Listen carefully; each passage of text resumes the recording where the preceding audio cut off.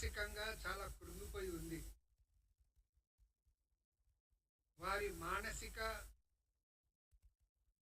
ఆందోళనల పట్ల సాటి మానవులుగా మేము కూడా అర్థం చేసుకుంటాం, సానుభూతిని తెలుపుతున్నాం అనే మాట కూడా మనం చేస్తూ ఉన్నాం. కానీ ఈ పరిస్థితికి వారే బాధ్యులు. తాము చేసిన తప్పులకు వారు బాధ్యత వహించక తప్పదు. ప్రజలు చీ కొడుతున్నా కానీ కన్ను మిన్ను గానకుండా కేటీఆర్ మాట్లాడుతూ ఉన్నారు. కేటీఆర్ గారు ఏమేమి తప్పులు చేశారో మీకు తెలుసు, మీ మనసుకు తెలుసు. దానికి ప్రాయశ్చిత్తంగా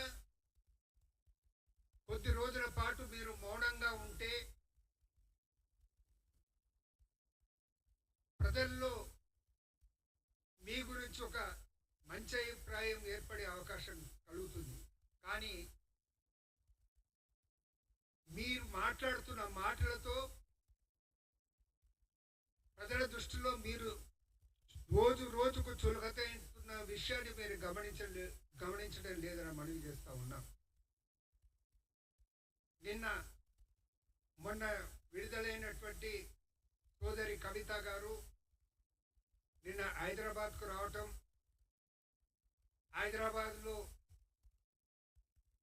మీ కుటుంబం ఏ విధంగా మానసికంగా కృంగిపోయి ఉందో ఒకరిని పట్టుకొని ఏడవటం కూడా తెలుస్తుంది.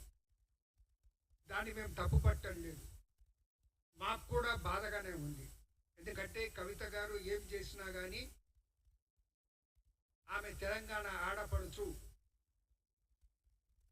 ఇన్ని రోజులు 5 నెలలు కుటుంబానికి దూరంగా ఉండి, పిల్లలకు దూరంగా ఉండి జైల్లో ఉండటం అనేది మాకు కూడా బాధగా ఉంది. కానీ ఆ విధంగా తప్పులు చేయాల్సినటువంటి అవసరం ఎందుకు వచ్చిందో ఒకసారి ఆత్మ పరిశీలన చేసుకోవాల్సినటువంటి అవసరం ఉంది. మళ్ళీ నిన్న కేటీఆర్ గారు మాట్లాడారు. మేము మళ్ళీ చెప్తున్నా, మేము అధికారంకి వస్తే రాజీవ్ గాంధీ గారి విగ్రహాన్ని తొలగిస్తామనే మాట మాట్లాడటం జరిగింది. ఖబర్దార్, ఈ మాటలు మానుకో. రాజీవ్ గాంధీ గారు దేశానికి బలైనటువంటి నాయకుడు.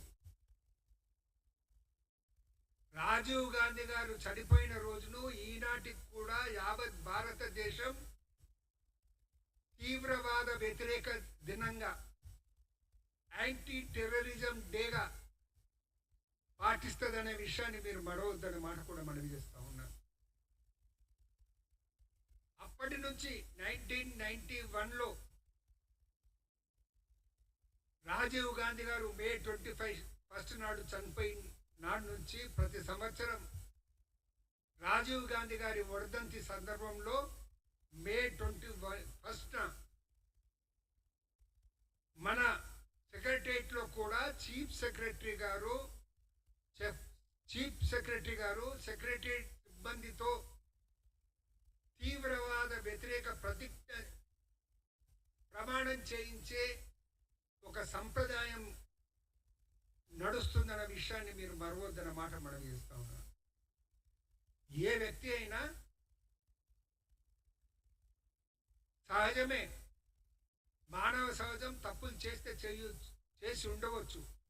కానీ తప్పులను తెలుసుకొని ప్రాయచిత్తం చేసుకోవటం మంచిది. కానీ ప్రాయచిత్తం చేసుకోవటం కాకుండా